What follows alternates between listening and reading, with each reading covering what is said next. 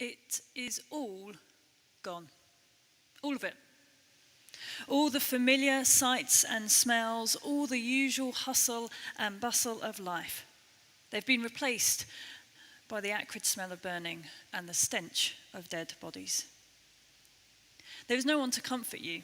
Your friends and families have been deported, if they were lucky, otherwise killed or starved to death. You have watched as your own children wasted away in your arms.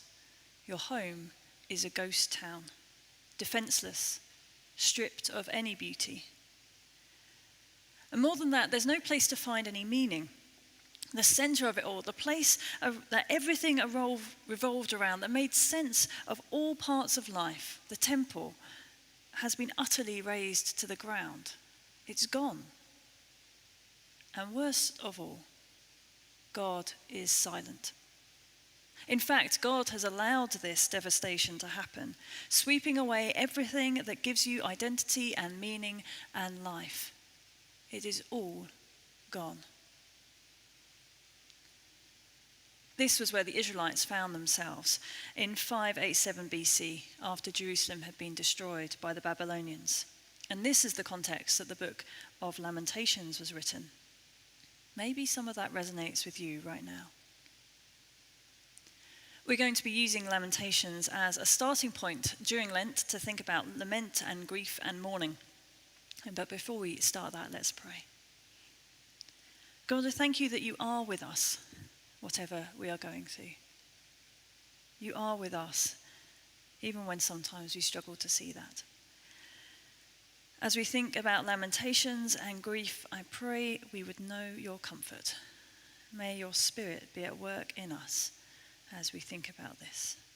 Amen. Now, I don't know how many of you will have read Lamentations. It's not a long book, it's just 5 chapters sitting between the prophets Jeremiah and Ezekiel in the Old Testament. It's read every year on a particular day in Jewish synagogues when they remember the destruction of the temple in 587 BC and in 70 AD, as well as the Holocaust. And many churches read large chunks of it during Holy Week at the end, Maundy Thursday, Good Friday, and Holy Saturday. But it's probably one of the least read books kind of individually in the Bible. It is, to put it mildly, not a cheerful book. The clue's in the name. As I mentioned, Lamentations was most likely written shortly after 587 BC, when Jerusalem and the temple were completely destroyed by the Babylonians. Now, this hadn't come out of the blue. The first siege by the Babylonians had happened 10 years before, in 597 BC, when the elite of the kingdom had been deported. If you know the story of Daniel, Shadrach, Meshach, and Abednego being taken to Babylon, that probably happened at that point. But Jerusalem rebelled in 589, and the second siege started, ending 2 years later. And in that time, and afterwards, more of the population was deported, and there was widespread destruction. The land was already facing famine after the crops had been destroyed. It's a standard siege technique. You destroy all the crops, then people have nothing to eat, and they give up. The scale of this disaster is hard for us to imagine, though perhaps a lot easier for us now than a year ago.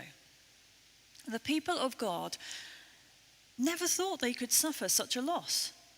Not just defeat by the enemy, but loss of the future generations, their children being killed, destruction of the temple around which all their religious identity revolved.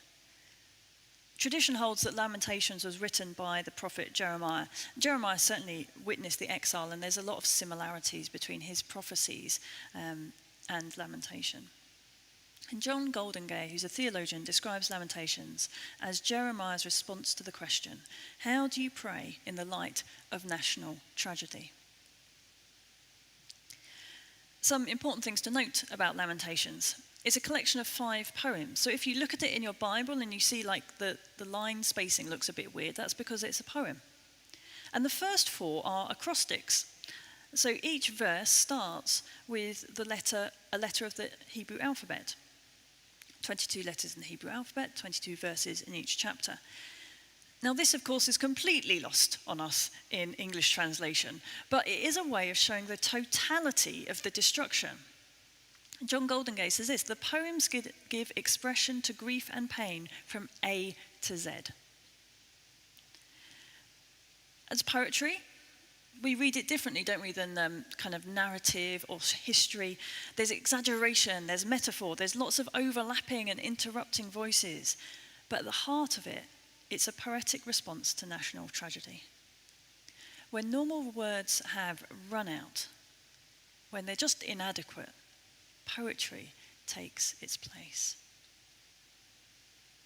It probably doesn't take too much thought to work out why we might be looking at Lamentations at the moment. We have, as a whole church, as a whole society, gone through one of the hardest seasons we have ever known. We're still going through it. There has been much loss, much to grieve, and so there is a natural place for lament. Except as a society, we don't really know how to do lament or what it means. So over the next few weeks in the run-up to Easter, we'll be thinking about what it means to lament as individuals and as a church.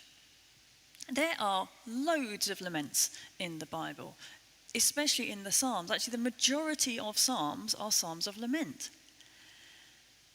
Another theologian called Hetty Lellerman, she sets out various aspects to communal lament in the Bible. I'm going to run through these really quickly. They tend to include address to God, setting out the complaint or the need, a confession of trust in God, a request, appeal to God's covenant promises or care, a promise that they will praise if things improve, an assurance of being heard, and if things have improved, praise of the God who answers. That's the bit of the structure, but the heart of it, they come out of a sense that things are not right. Kathleen O'Connor calls them prayers of protest, complaint, and grief, saying any conditions of deprivation that inhibit life and prevent full human flourishing call for, indeed demand, lamentation. Lamentation names what is wrong, what is out of order in God's world, what keeps human beings from thriving in all their creative potential.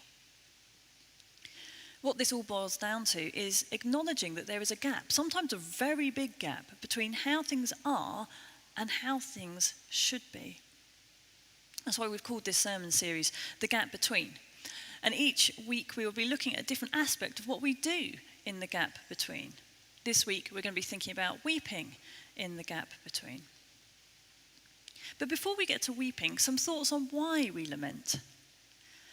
Lamenting acknowledges, often publicly, the suffering and emotion of those lamenting. It doesn't generally offer solutions, but it allows people to tell the story of where they're at. Lamentations as a book can seem pretty chaotic at times. It certainly describes a very chaotic situation, and that's okay. Psychologists talk of chaos stories, those fragmented, often repetitive accounts with no clear narrative that survivors of trauma tell when they're just starting to find words to describe what they've been through. These are stories that need to be heard, and need to be heard again and again, need to be told again and again as people piece together their lives again. And these stories need to be heard because giving voice to chaos brings affliction into the light and creates a space where healing may be possible.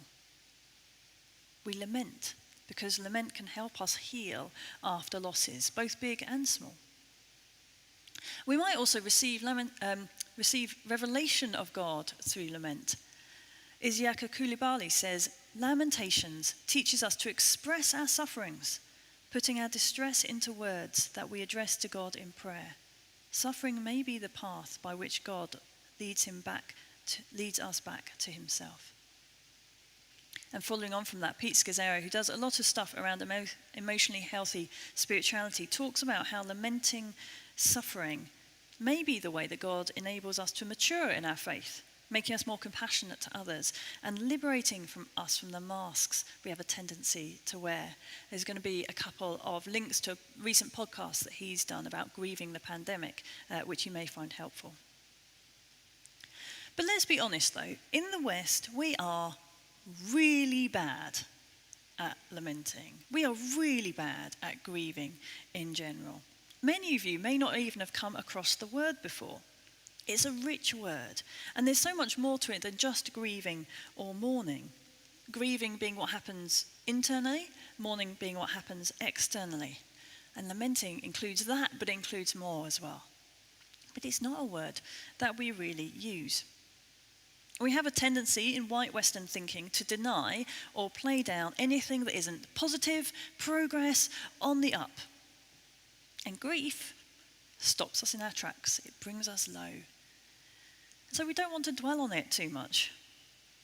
The stereotypical image of the English stiff upper lip comes to mind. Must not show emotion.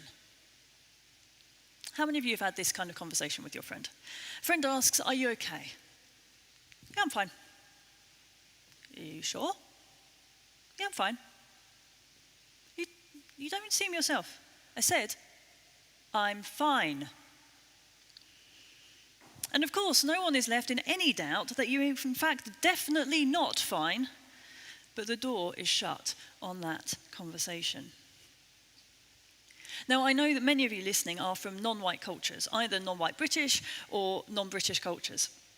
And many other cultures have far healthier ways of dealing with grief and mourning rituals that you might do as a family or as a community.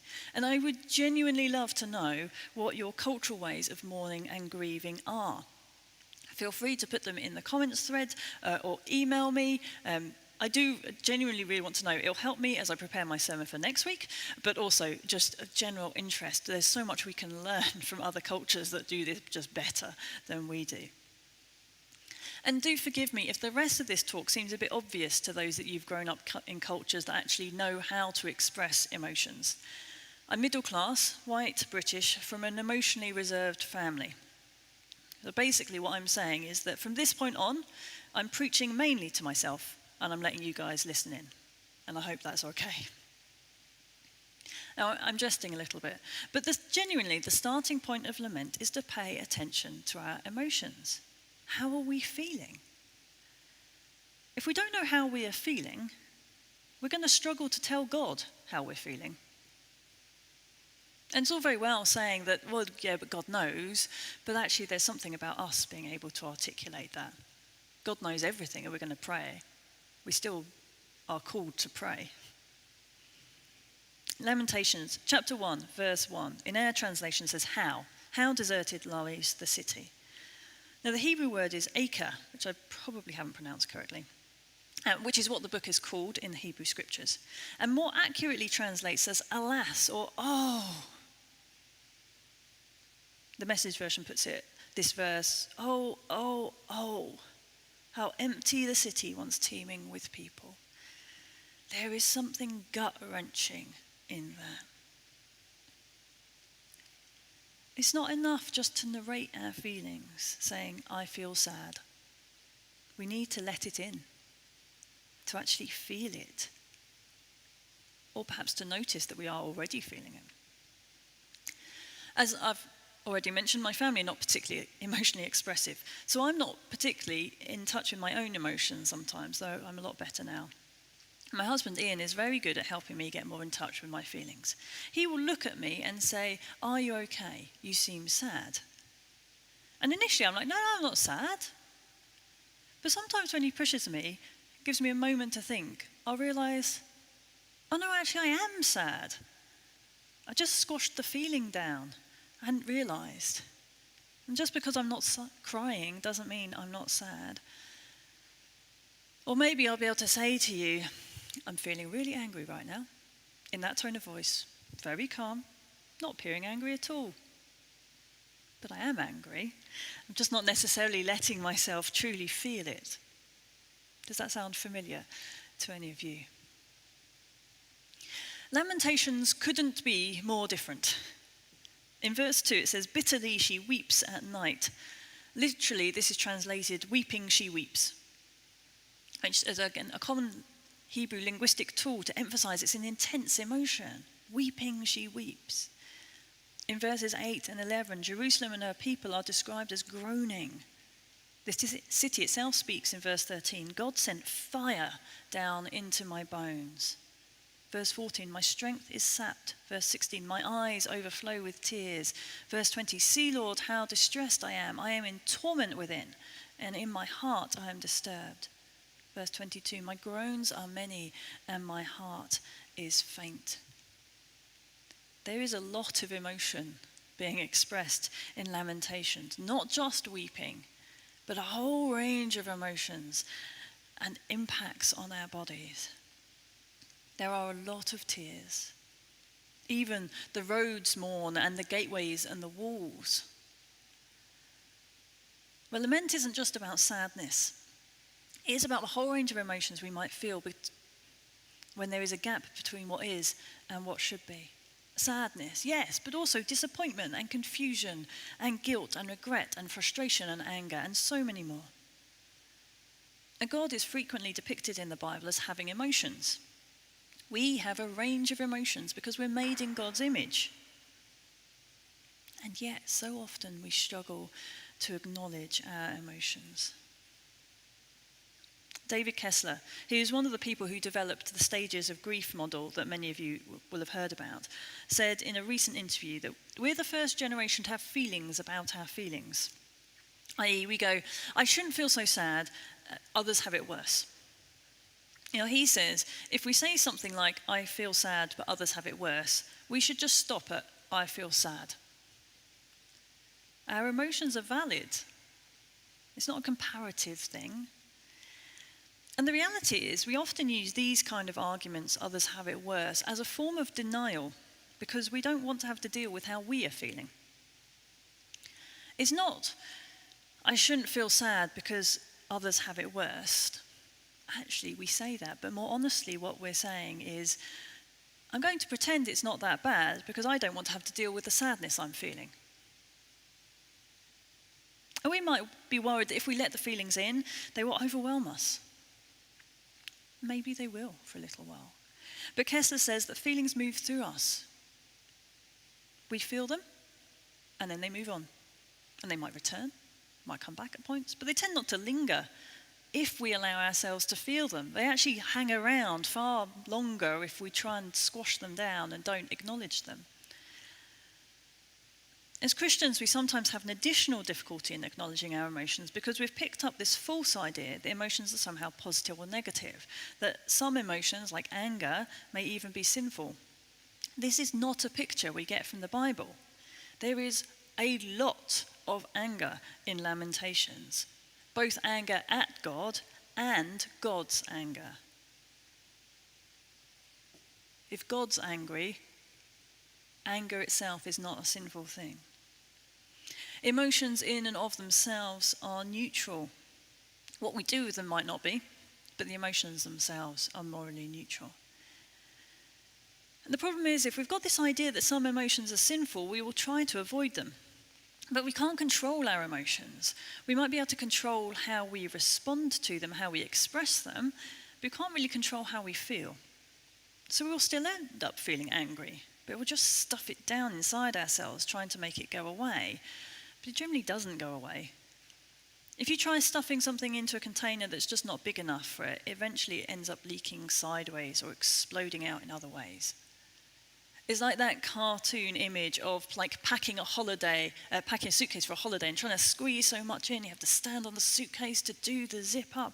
It's bulging, and the slightest touch sends it flying out, exploding everywhere.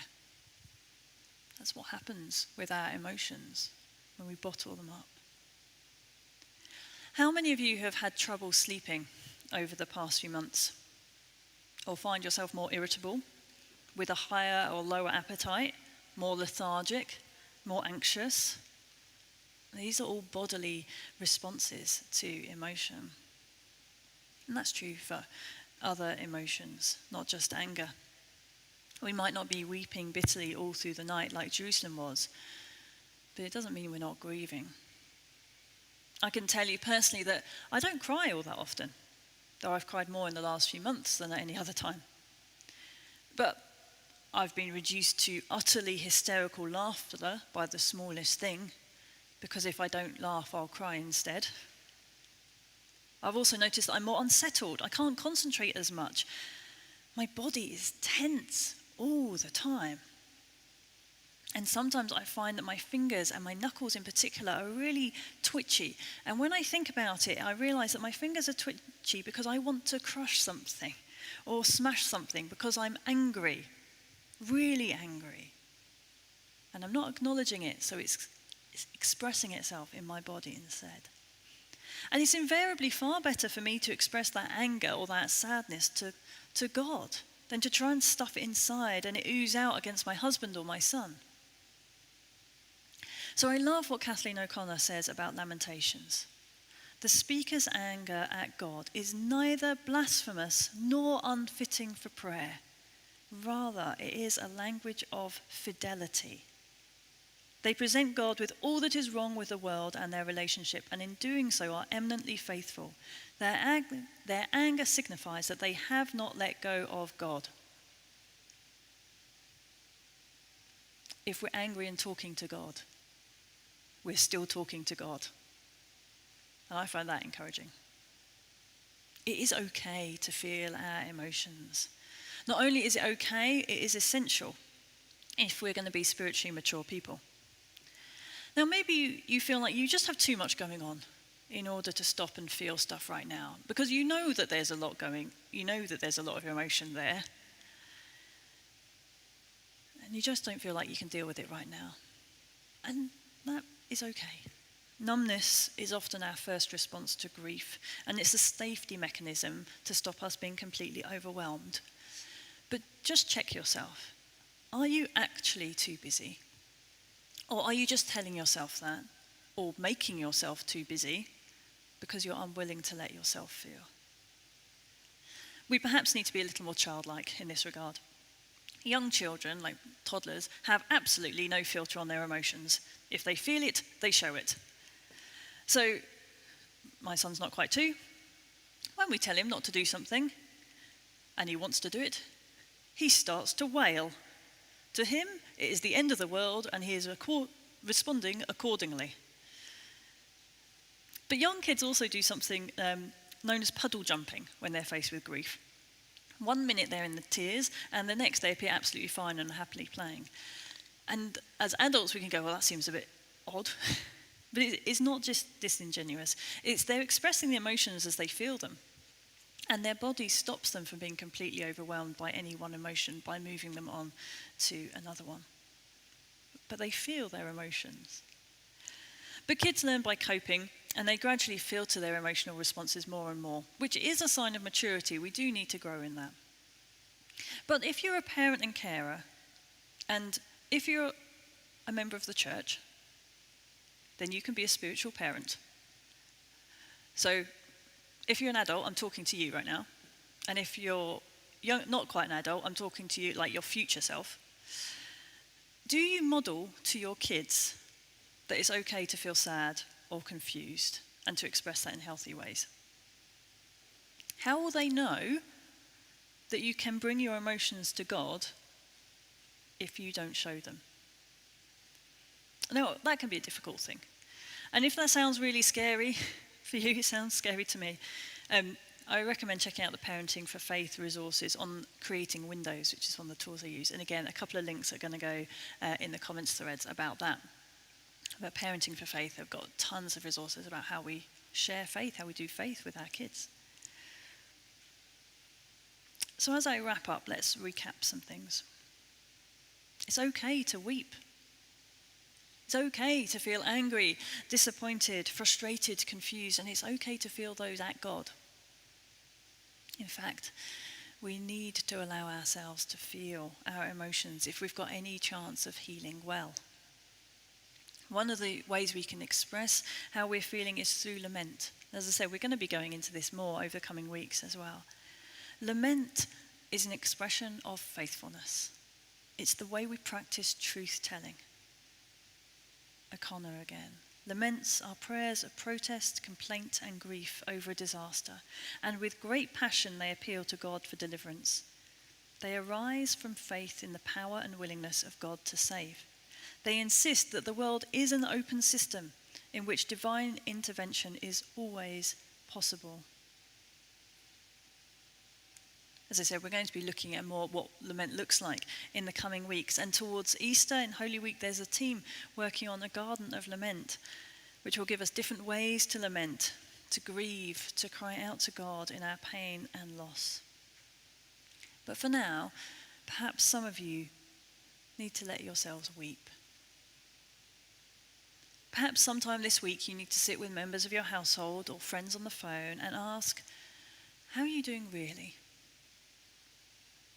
And be prepared to let yourself answer that honestly too. That might involve tissues. That's okay. And that goes for you men as well. It is time to rediscover the power and the healing of lament. We're going to have just a moment of quiet. And in that, ask yourself, how am I feeling?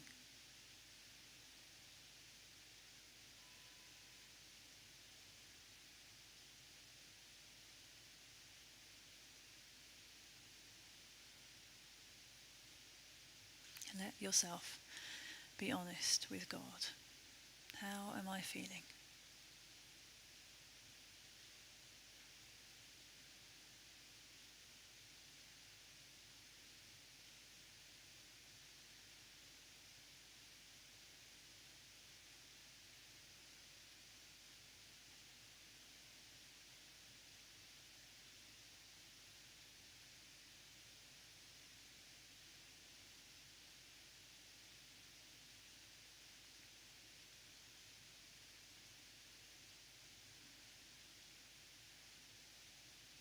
Don't run away from chatting with God if you need to. Feel free to pause this stream and come back to it later.